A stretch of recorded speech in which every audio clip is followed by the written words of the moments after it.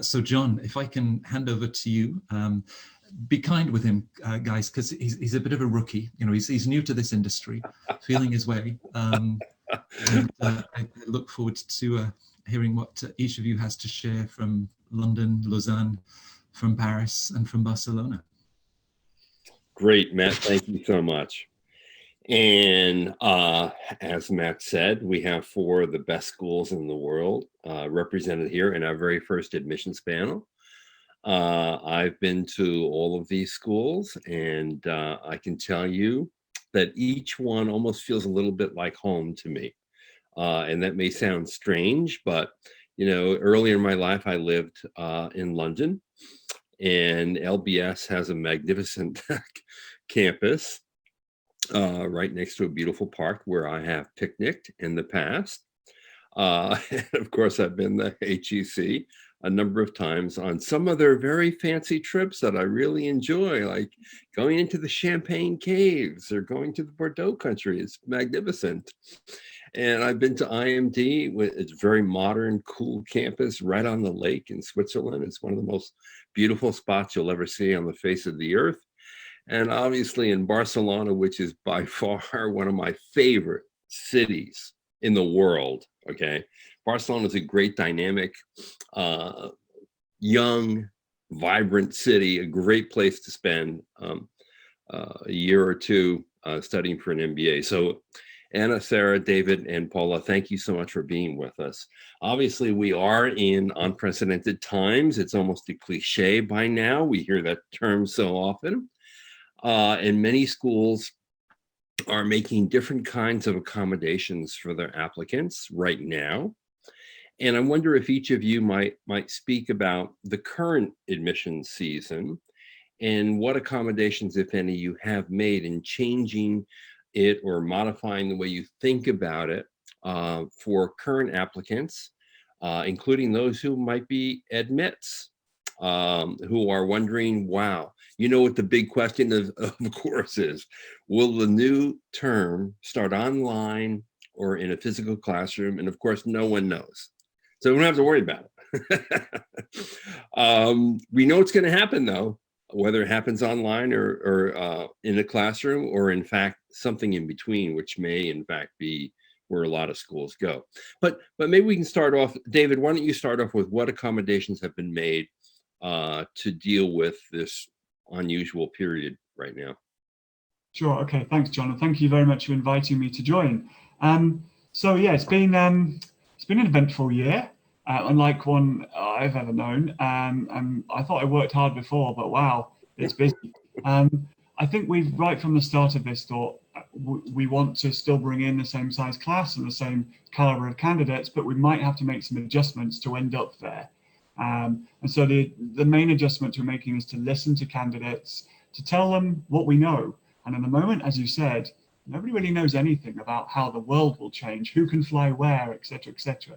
So there's some questions we can't answer right now, but we're trying to stay in touch.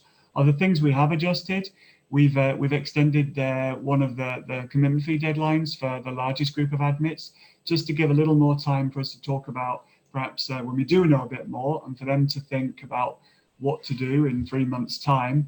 On GMAT and GRE, while the tests were suspended, of course, we said you can apply without, and now those have come back in online. We'll be telling people they need a test result before admission, but that can come later. So we've put as much flexibility in there. We're about to announce today that we're actually going to extend the final application deadline. So you've heard it here first. Oh, wow. We will be accepting applications for a while longer. We actually have seen a huge rise in them coming in the final round, but we figure there's still a lot of people who aren't sure what they're doing or perhaps have to change their plans. So we want to accommodate that. I'm not quite sure how we're going to get them read and stuff, but that's for us to worry about. What's your new date? What's your new date? So we're going to be open through to the start of June. So we're saying at the moment we think about the 4th of June. It's not even up on the web yet. This is brand new. There you go. And we just think it's the right thing to do, and I think a lot of other schools are doing it. And we'll figure out who will be applying late, what caliber. So we've made a few adjustments, but not huge adjustments. We haven't needed to. Plus, we still want to bring in the same caliber, using the same measures. It's more about timings, I think. Right. And Paula, how about you? Hey, John. Thanks for having me here. It's really a pleasure. So from ESE side, there's nothing much different from what David just mentioned from the side of LBS. We have extended our commitment fee payment deadline also for, so it's end of May now, so we extended almost a month. We have also accepted applications without the GMAT.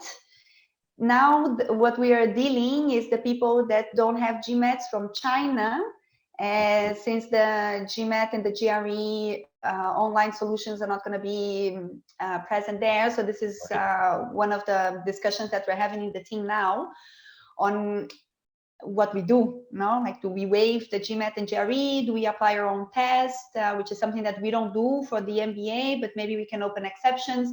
So these are discussions that were not on the table before, and now we're kind of driven towards this. And as David said, we also opened, we've been seeing a lot of anxiety, especially from the admitted candidate side, on when our class is going to start. Is it going to be online or in person? So yesterday we did a Q&A session with the admitted candidates. We're planning to do that also for the applicants that are coming for these for the later rounds. We will also open an exception this year, and so our last deadline is May 5th, but in June we're going to start rolling admissions. So starting from June, we're going to process applications as we receive them, right? We will promote it, as David said. It's not in the website yet. It's obviously depending on the start of the MBA. This will be very focused in people that already have visas, because if you're coming from parts where you're going to need a visa to come to Spain, right, maybe if you apply after June, that can be a bit too late, no?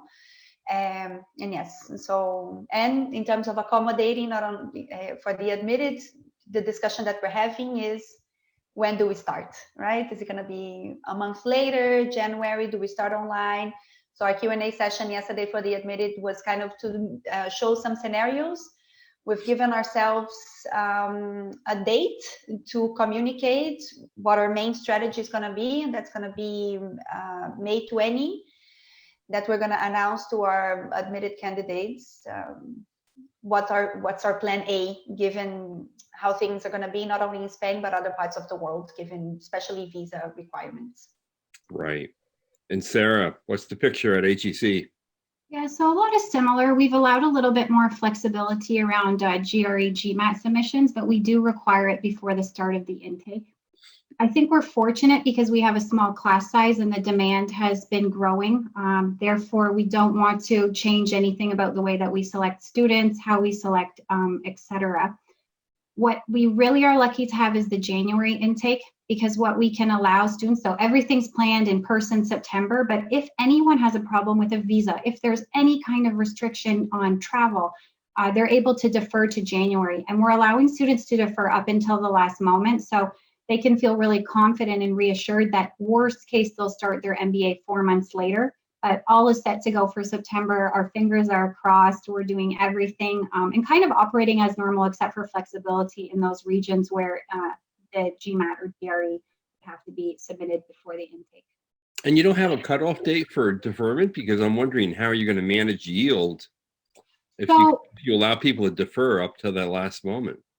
Yeah, so the way that we see it is, we don't think, like, as soon as we know if we're going on in person or not, et cetera, visa or not, we'll be able to better manage the class. But because currently we have 3 sections in September and 2 in January, we could actually run 3 sections in January and 2 in September, or kind of manage the sections that way. So we're looking at the class as a whole, and we're pretty flexible on their start date. So of course it wouldn't be ideal to have, 1 section in September, but we want students to have the best experience and the experience that they like. And because we have this flexibility, I think it's a great thing to offer to candidates. Right. And Anna, you have a real crafted class of 90 people. So Yes. how are things at IMD in terms of the pandemic and admissions policies? So we're also lucky that our program doesn't start until January. So, True. you know, this crisis caught us in the middle of our first deadline, and so you know, we still have 3 more deadlines to go, and we are really hopeful that by January things will have improved. Switzerland is opening up in the next few weeks. Today, some of the stores that were supposed to remain closed in the past now are able to open, and in the next few weeks, hopefully, we will be able to go back to a normal life, if you will. So we hope that by January we will be, you know, ready to open the doors to our MBAs as per usual, and that's the plan that we have at the moment. Of course, you know, we still, you know, have to deal with the GMAT and GRE challenges, and we're allowing candidates to apply without them, and we make conditional offers. Having the online test now is quite helpful, but yes, we have our next deadline in May, and we expect things to continue as per normal in our case. So not a lot of changes.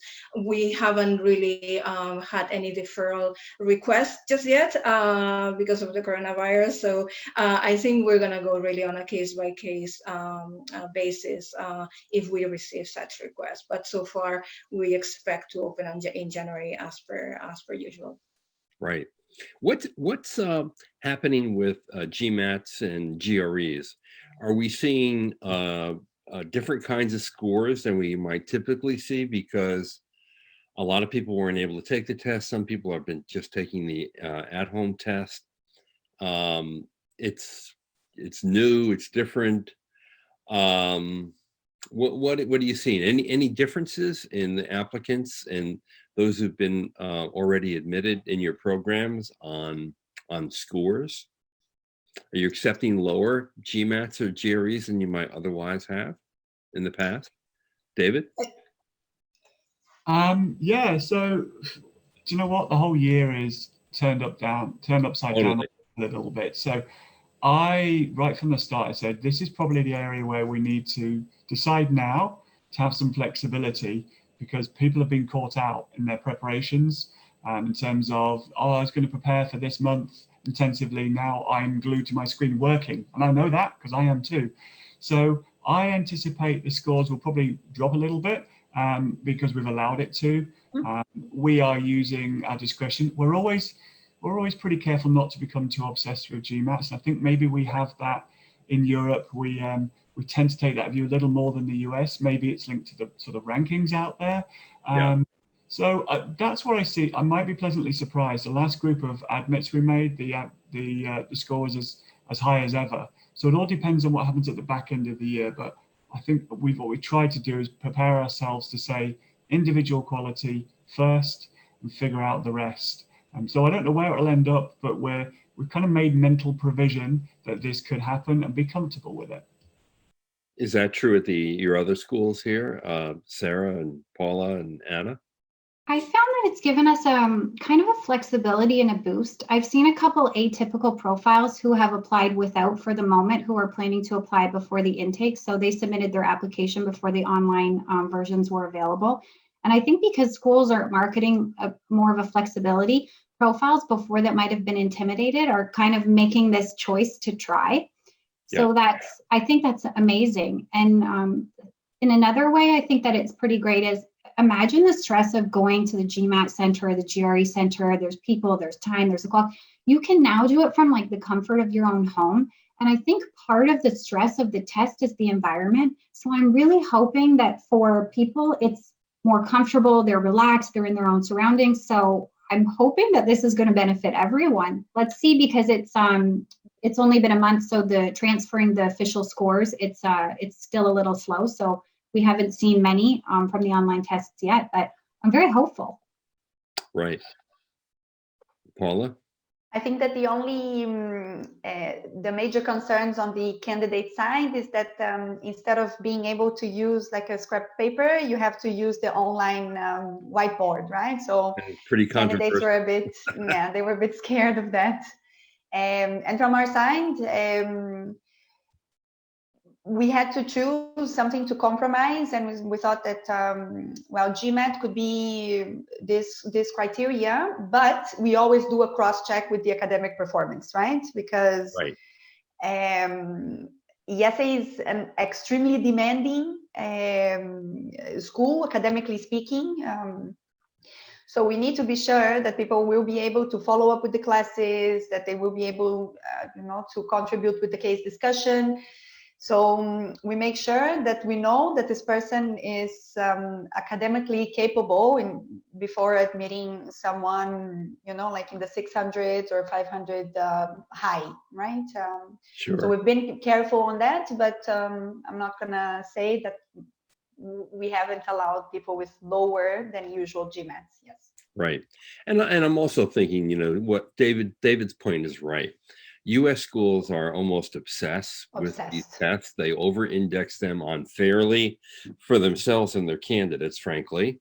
And the European schools have a much better perspective on these test scores and where they belong in a holistic review of candidates, to be honest. Now, I know one thing that has had to change at both at IMD and IESE is the day-long evaluations that occur at your school, right? So Anna, you're probably missing those assessment days when you grill your candidates. Having been a fly on the wall on one of those sessions, I can just tell you that if I was an applicant, boy, I wouldn't want to be across the table from you. Oh, come on. It's not that bad. You're making me sound really scary. No. No. Well, actually, I'm not missing them because we were able to move those assessment days online. So we did that transition. And, you know, I think both my team and the candidates were a little bit apprehensive, you know, when we decided, okay, let's do this online. But they actually are working quite well. Of course, it's not the same experience. And if you come to Lausanne to do the assessment day, or if we do it in person somewhere around the world where we do the assessment days, but we were still able to really capture the essence of the assessment day and find out, you know, if they had the skills that we want from them. So yeah, we've been able to do that transition successfully. The only element that we weren't able to convert online was, of course, the blindfold exercise that you're familiar with. But we're planning to do something to replace that in the next deadline. So watch this space. And I know, Paula, you've also had to shut down your physical invite day. Yes. So we call it the assessment day. And well, we were able to do it for the round 2 applicants. So we had it around the world. So Barcelona, the Singapore one, we already canceled because in Asia was, well, it hit earlier. So we had to cancel round 2. Assessment day, but we had it in Sao Paulo, New York, and Barcelona. But then it's true that round 3 and round 4 in New York and Barcelona, we're not going to have, or we didn't have, and we're not going to have. And then how we're mitigating, because it's true that for us, the assessment day is a very good opportunity to get to know the candidate a bit more. So we're going for 2 second interviews many times, and if we still have some doubts, we're even going for 3rd interviews. So round 3 was heavy on interviews for us, but it was a way to mitigate a bit the fact that we were not going to do, because we thought about it and we decided not to go online because, well, let's say we were conservative. Also, you lose a lot. I mean, you do lose a bit when you can see the body language and you see how one candidate interacts with another and with staffers and the different challenges that you have. You learn a lot, frankly. So let me get into something that a lot of people are thinking about right now and are worried about. And the big question is this. if you want to go to business school and you were intending to apply in the next admissions round, should you wait and do what you had planned to do, or should you take advantage of these extensions and apply now? Because the thinking is that the competition in the next admissions round could be quite severe, in part because the recession will really take hold. It'll become very apparent and evident. And a lot of people, obviously, during a recession, application volume increases because people use these opportunities to sort of escape the corporate world and to seek graduate education. Sara, what would your advice be? Do you take advantage of an extended round, get your stuff together as quickly as you can, or do you wait for the next admission cycle where you may have more competition to deal with? I'm torn because, I'd love to see a ton of applications come in ASAP, but I think people should take their time, spend quality time developing their application, study for the GMAT or GRE, and sort of chance the competitive wave later, because I think it's important to research the schools, think about what you want. If you have the time now, if you find yourself with more time than ever, sure, rush it. But in general, I wouldn't recommend it just to play the odds. But that's just a personal viewpoint. I guess you could have advantages and disadvantages to either. David, what do you think? Traditionally, the later rounds have it's tougher because most of the seats are filled. This year, because there are so many questions about yield, I mean, how many of your admits are going to get student visas in time to come? And what factor will travel restrictions play in their ability to come? Puts everything up in the air. But what's your advice, David? In terms of should I go for it this year? Now there's a later opportunity. I think it just depends if you're ready. If it doesn't make much difference, then go for it. You might as well, because I think most schools will sort of say if they're full, then we'll consider you for next year. Right. So check out the schools that you're interested in. If that's the way they're operating, then you've got nothing to lose. But don't jump into it through fear. You have to feel that, yes, I can definitely do this, because we don't like it when people apply and then actually candidates get cold feet and decide they didn't really want to do it, because you've put all that work in. So have we. So we want to know that you're keen for this year. So just stop and think. But if you're ready, why not? There's nothing really to be lost, I don't think, personally. I don't know why I'm saying that, because we're going to have to read all of these things. But no, in all honesty, there's some great people who apply late. And I always say we always have to land on a pinhead in normal years with our class sizes. And if I have a seat available 2 days before the start of the program, I'm going to fill it. So whether it's from the wait list or a really late applicant, we will fill it. And we've had people who have applied, a week, 2 weeks before the class starts. That's exceptional. It's not common. But if that person's great, then we'll go for it. And so you should too. Right. And I want to remind everyone who's watching that we're going to reserve the last 15 minutes for Q&A. I see that your questions are already beginning to pile up, and I'm going to pick through them and get them answered for you. And then incidentally, after our panel discussion, each of the wonderful people that we have here will be in chat rooms where you can actually speak with them directly. Let's talk a little bit about what are you really looking for? And is what you're looking for the same at IMD as it would be at London or HEC or IESE? Is it the same thing, or do you think there's maybe even some subtle differences in the things that you look for and you evaluate? Anna? Sure. So having been at 3 different schools in my right. career, I can tell you that at least when I was at IESE and then at Oxford and now at IMD, that definitely the schools were looking for different things.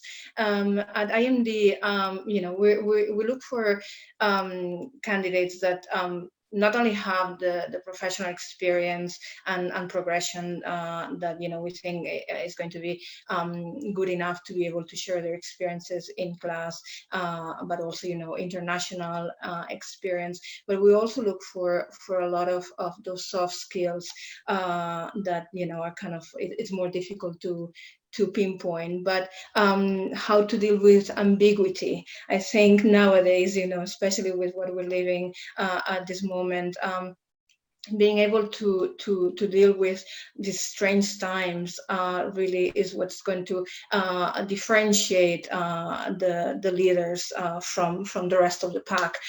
So we're looking for people who are already able to deal with that ambiguity, and that are driven. They don't just give up when things don't go their way, but they keep pushing forward. And again, I think nowadays, it's a great example of how this kind of characteristics will help you in the future. We look for that leadership potential. Our program is a leadership development program mainly, and so we want to see that our candidates are able to develop those leadership skills, even if they are not so experienced just yet with those kinds of experiences.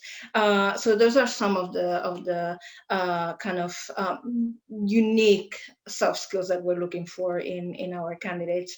And of course, then there's the academics and GMATs and all of that. But for us, that's more secondary. We're more interested in who they are as a person and what they will bring into the program. And Sarah, what about at HEC? I think each school has kind of its own personality in terms of the spirit of the alumni, the fits.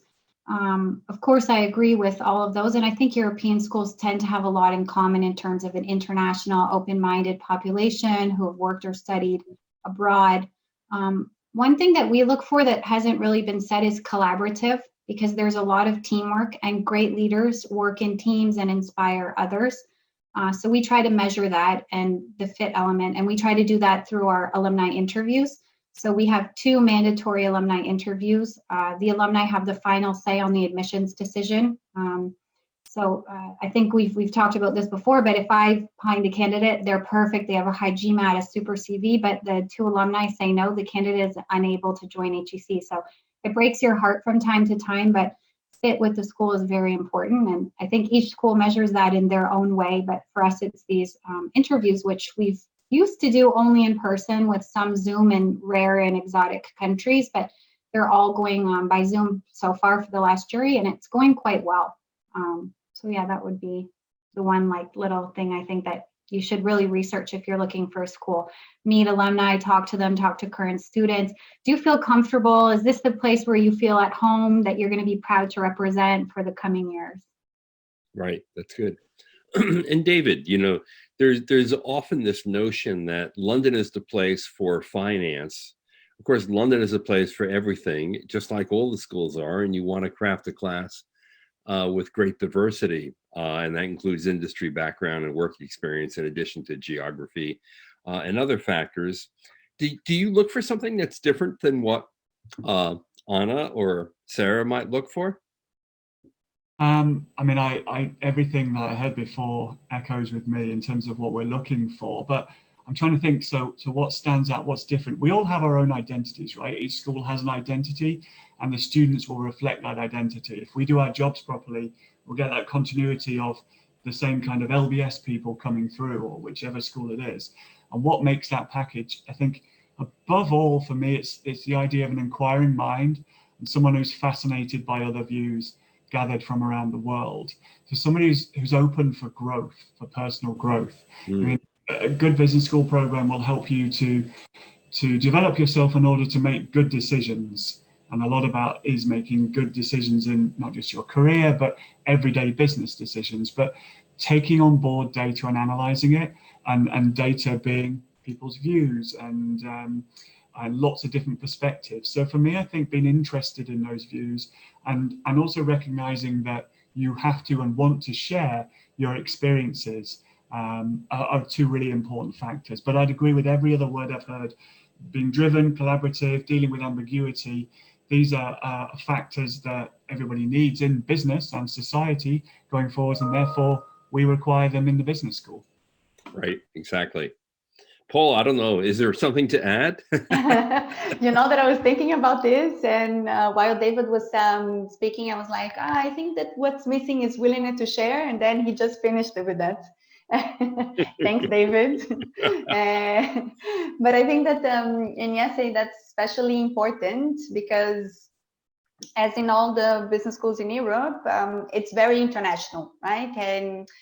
And also because at IESE we have the general management approach, our cohort is very diverse in terms of background also, right? So it's a diversity is very important for us.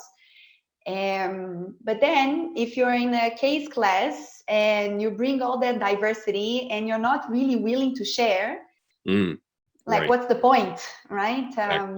And the moments that each person is putting on the table and sharing, and because the profiles are very complementary also, we need to have people that, as Sara said, are collaborative, are willing to share, that will lend you a hand, because as I said, it can be a very overwhelming experience.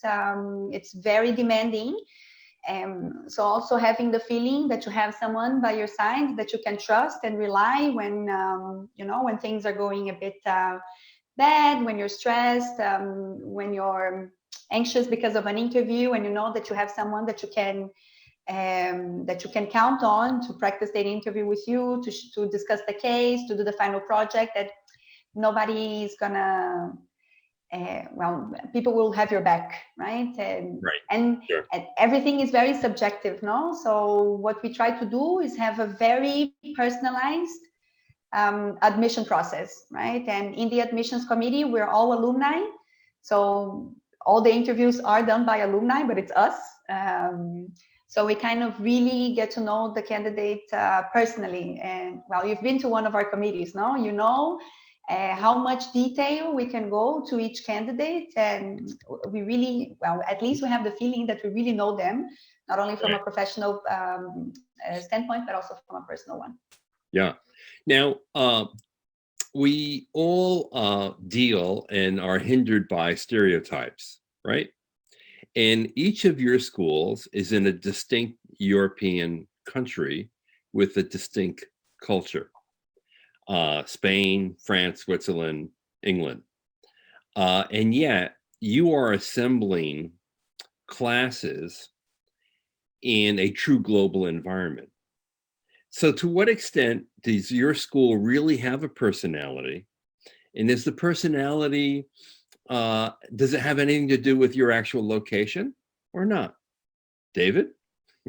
Oh, that's a really interesting perspective. London doesn't count. It's completely different to the rest of the UK anyway.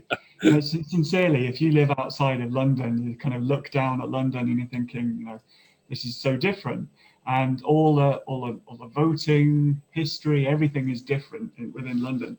I would say that LBS is completely tied to London in its sense of identity rather than the UK, and that's where the global element comes in. Saying, of course, I would want enough of the sort of, if you like, the British culture side of things, and I suppose it might run through elements of it, through its veins and parts of the community.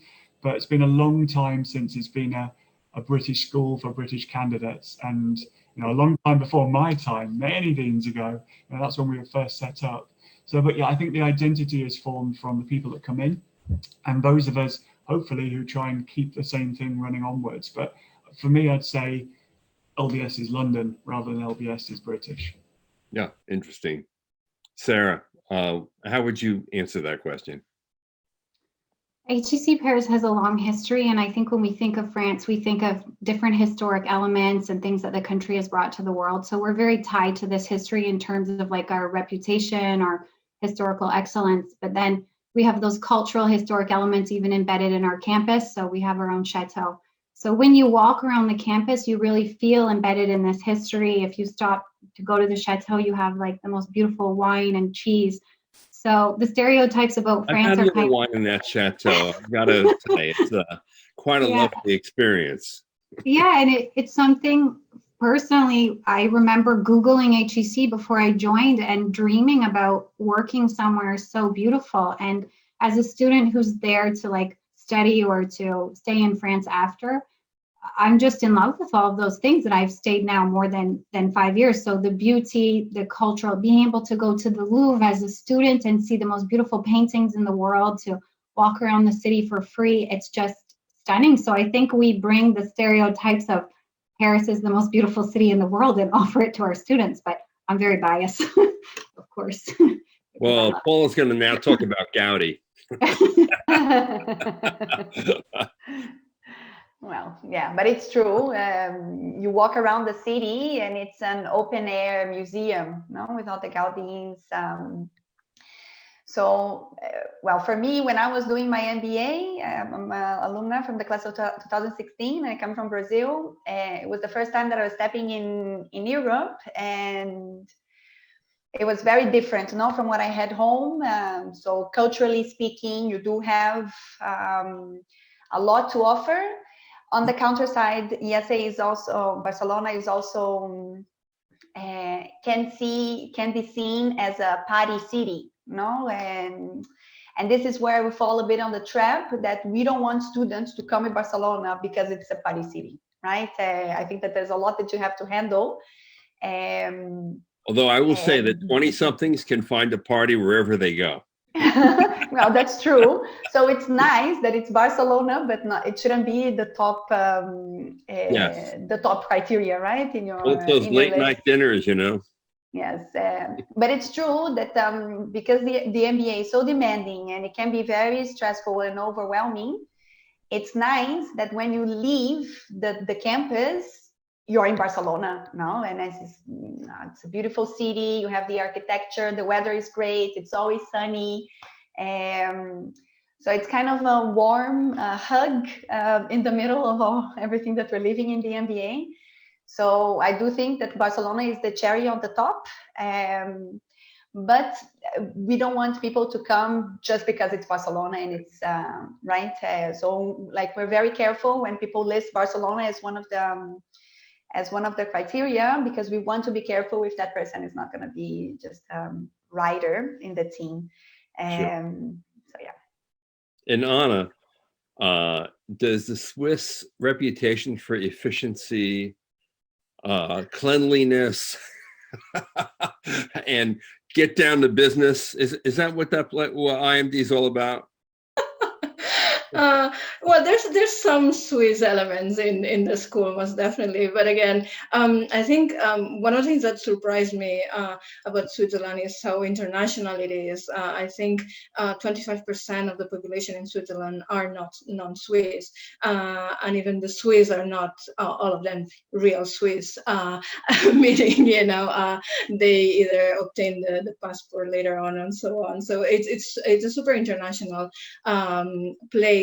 And I think IMD really reflects that from Switzerland. But I think the identity of IMD really is linked to the way IMD started as a business school. The school was created by Nestlé and Alcan as an executive education institution, and we're not linked to a university like the other schools in the panel. So it's that kind of start, I think, has really given a very unique identity. And then as David was saying before, I think it's the people who join the programs that we have that really have created that culture, and it's a very international culture as well. And as you were saying before, John, Lausanne is one of the most beautiful places in the world, in front of the lake. So I don't think Lausanne is known as a party city, but if you're into sports, it's definitely the place to be. Right. So before we take questions, one last question for all of you. Could you name 3 things about your MBA programs that are highlights to the students? 3 things that students really look forward to that when they leave, they remember vividly. That's an important part of the school's identity and an important part of that experience in the MBA program. David?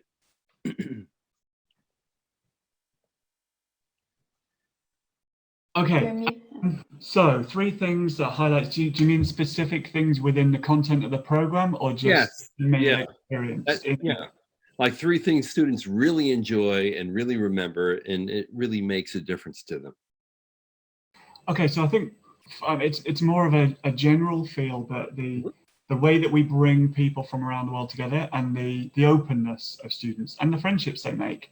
You know, they're all in there for a reason, and it's career based, right?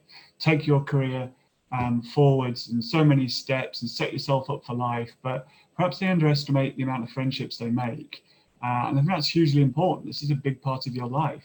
In terms of the very specifics, so going down the other end of the spectrum, I'd say the global business experience seems to be a hugely popular takeaway. So whether that's spending time working with micro entrepreneurs in townships in South Africa, or going to Myanmar, or going on a tech JBE to Israel, you know, that although it's just a week of the program, for some it changes their lives. So I think that can be absolutely crucial.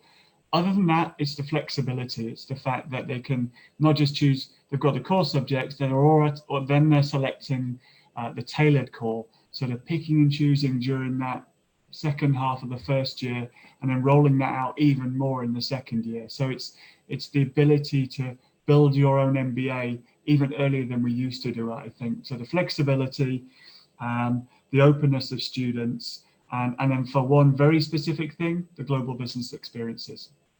And the flexibility also allows you to take the MBA in different lengths of time as well at London Business School.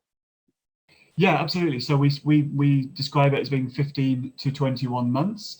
It is possible to get out and be finished by January, February, so just into the second year, which is great if you're sponsored, or if you have a business idea, or it's just something happens to you, or you know, and you have to go home, or whatever it might be, because you decide when you're in there. The reality is people come in expecting that's what they'll do, and then halfway through the program, they all decide to stay as long as they can. So it's something like, you know, well over a third, closer to a half, think they will fast track and finish early when they first apply, and that turns into about 10 people who do it in reality at the end. But the point is the choice ahead of the start of the program. They don't want to leave, David.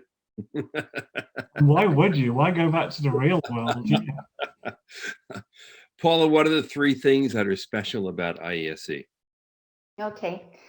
So I think that the first one that is one of our flagships is the case method that we use, and I think that the whole experience in the MBA kind of revolves around the fact that almost every single class that you're going to have will be a case discussion, and that implies that you need preparation from your part, and then discussion with your team, because during the first year you have a fixed team that is very diverse and it's assigned to you, so you don't choose. So you're better prepared to go into class, right? So that really puts you out of your comfort zone, because it's very uncomfortable to have to think of solutions to different industries in different countries with a different character in a subject that you don't know, right? Right. So being an engineer, like I had never seen marketing in my life, and although I thought it was very interesting, it was very hard for me to really grasp the concepts. No, now a lot of what I do is sales and marketing, but so I learned something in the MBA, but it can be very uncomfortable, no? And I think that something that's also it's very challenging, but also very rewarding, is this team meeting. No, the fact that you have to meet with a team. So I had a team that were me as a Brazilian and 7 other nationalities with different backgrounds, and having to meet with that team and solve all the conflicts that you need to solve, and also get all the knowledge that they bring and share the knowledge, and understanding the role that you have inside the team. I think that for an MBA, that's very revealing. No, I think that the growth that you have in terms of self-awareness, of understanding what your strengths, what your weaknesses are, where you're not going to be very good, where you're going to be outstanding. I think that gives like a huge advantage, not only for your career, but also for your personal life. So I think that this team culture that we have at IESE, the team meeting, in the professional clubs, which is a possibility for you to also develop leadership and to be closer to people that are that have the same interest that you do. So I think that it's case method, the teamwork, and lastly, and I think that might be the most special part, and this is what you really feel when you talk to alumni, and well, myself included, is the shine in the eyes when you talk about the culture of the school, no? And being very collaborative and being very helpful. We have what we say, the spirit of service, of you looking at other people's needs and necessities instead of only your own, right? And I think that this builds in the school a very positive cycle, no? When you're helped, and then you help, and then you see how this goes.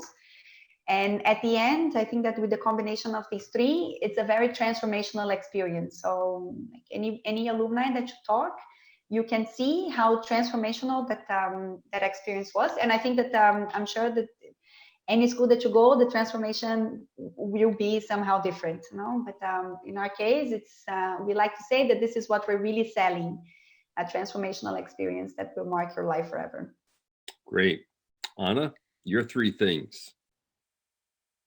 So I think one of the unique things about IMD is the small class size. We only admit 90 students every year, and that has been like this for many years now.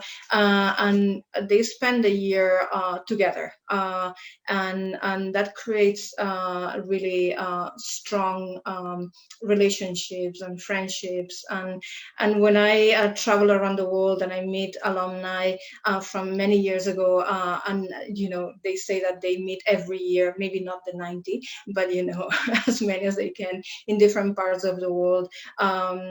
You really get that sense that that MBA made a big difference in their lives, and that they really bonded together as a class. So that's one of the things. Another thing for me is one of the things that they really remember after they finish the MBA is what we call our Discovery Expedition. And our MBAs, the 90 MBAs, travel around the world together. We have never lost anyone just yet. And they visit different cities. Last year, they visited San Francisco, they visited Shenzhen in China, and Dublin. And the theme around this is digital innovation, and they visit different companies and different institutions to see how the socioeconomical kind of environment impacts these different companies. It's not the same to have a technological startup in Silicon Valley than have one in Shenzhen, but the innovation can be really interesting in both places.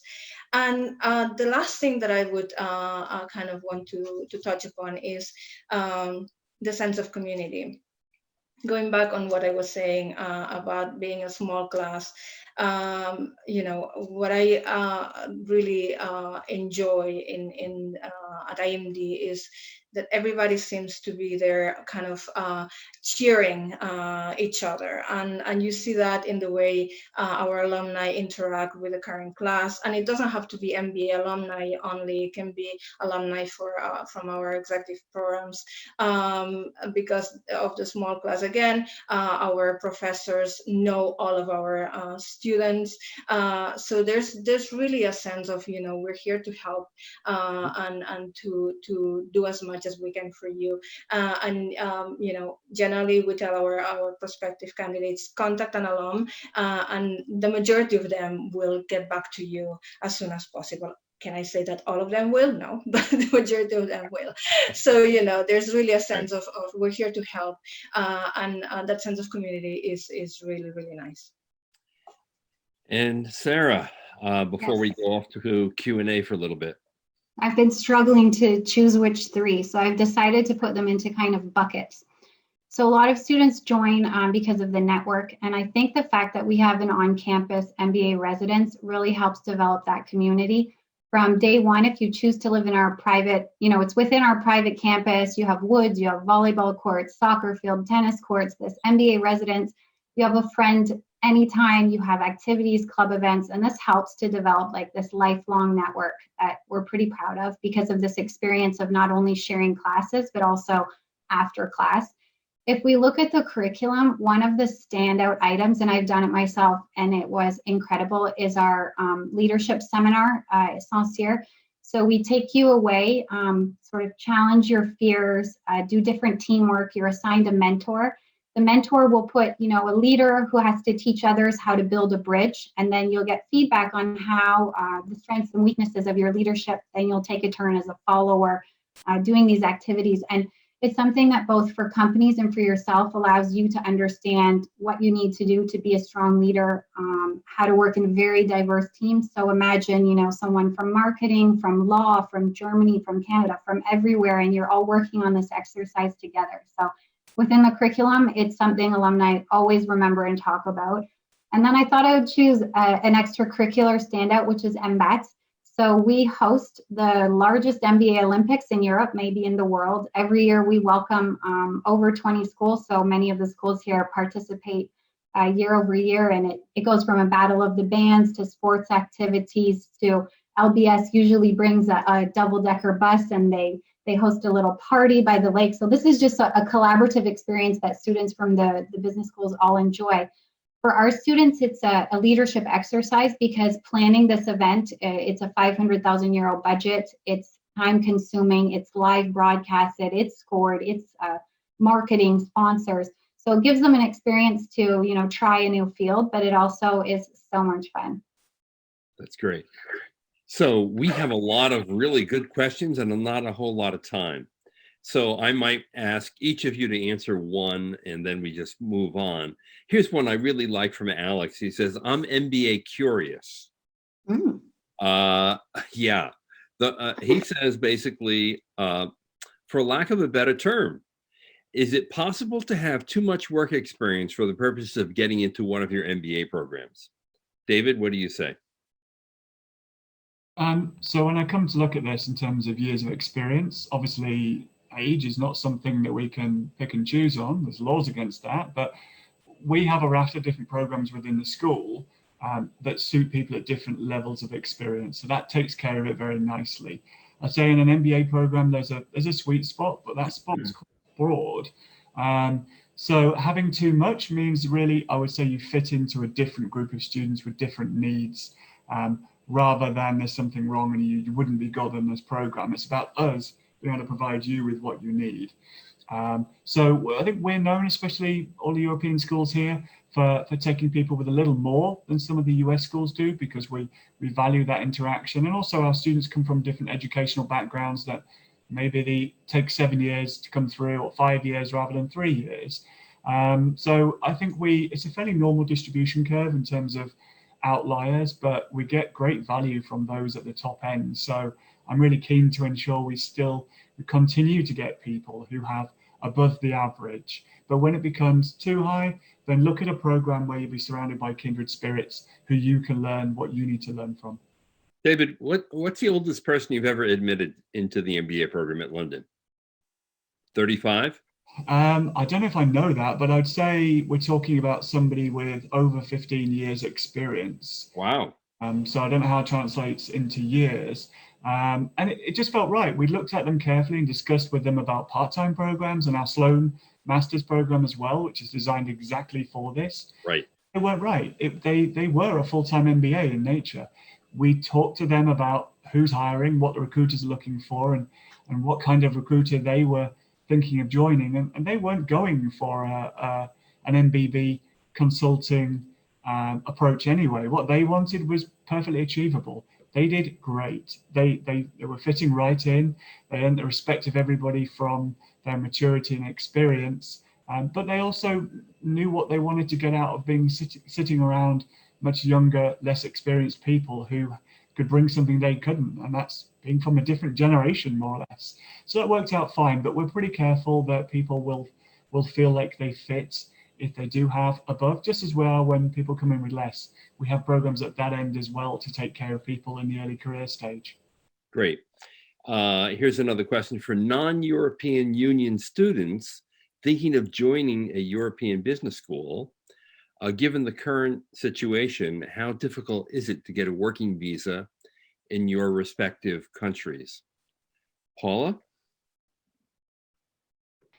Okay. Well, before being the head of admissions, I was covering Latin America, so that's a fairly common question. Well, the truth is, it's not guaranteed, right? It can be hard. You need to get a company to sponsor your visa, and it's not all companies that are willing to do it, right? However, if this is something that you really want to do, coming to an European school is probably the best chance you're going to have it, right? Because you will have companies coming on campus or doing some sort of a networking event, and like in terms of business development is much easier, and you will have access. So I would set expectations very clearly to say that, yes, this is the best chance for you to really work in Europe, is to go to an European school. But I wouldn't leave the option of maybe going back to the home region or home country or exploring something in the neighborhoods of your country. No, I think it's very important to set expectations. It will depend a lot on what the person wants. Depending on the sector also, recruitment tends to be more local, and that's the case for consulting, especially the McKinsey, Bain and BCGs. They tend to prefer you to your local market, right? Because it's a matter of corporate culture, if you speak the language, if you know how the market works, so that's important. So if you want to go for the big ones, thinking of your home country, and then in the medium term thinking about a transfer might be a bit more realistic. How is it in France, Sarah? So I worked in careers before working in the marketing and sales role, so I was helping a lot of international students gain placement all over the world. I think it's a really welcoming environment. As an MBA student, when you graduate, you can look for a job for up to 1.5 years after you finish. So you can stay in the country even if you don't have a role to find the perfect role. Once you find it, you're easily able to translate your student visa into a work visa that's renewable after 1 year, and then you can get it longer. Additionally, you can choose a different type of visa, which is what most students do. And as long as your salary is above, I think it's 54,000 euros, you can opt for a 3 to 5 year working visa, just based on having studied in the country and having talent. A company can help you, but it's actually very easy to do on your own as well. And that works within the Schengen countries. So it's quite positive. Every year, more than half of our international students from outside of Europe end up staying in Europe. So I think it's more about local language, salary expectations, desire, culture, fit than it is the visa situation. I think the visa is probably the easiest bit of those ones that I discussed, but I guess in the career panel, you can go in even more depth. Indeed. Anna? So similar to what Paula was saying, in Switzerland, you also need to be sponsored by the company that you're interested in working for. So generally, there's not many issues. It's too early to tell, whether the COVID-19 situation will have an impact on those sponsorships. But generally, if the company is interested in our candidates, then there's no problem, but they have to be sponsored by the company. Right. And David, in Britain? Yeah, so we're seeing some change coming through actually, and so there's going to be a 2-year visa introduced for people to be able to stay, which is fantastic news for us, and we're looking forward to that. It's all still going through legislation and everything, but we're comfortable talking about it. That'll make a big difference. I mean, right now, most people who want to stay get to stay. They'll need to work out the sort of tiering visa system. to do it, but it's going to become a lot more straightforward and even easier, which is good. And that's a sign of openness for the country, which we wanted to see. So I'm delighted with that new introduction when it comes through. That's great. Well, listen, it's been a real pleasure. I can't believe the time is gone. There are a lot of other questions. I want to just apologize to people. We didn't get to your questions as much as I would have liked. However, you can go into our next section where all of these great folks are going to be in chat rooms, and you can speak with them directly and hopefully get your questions answered there.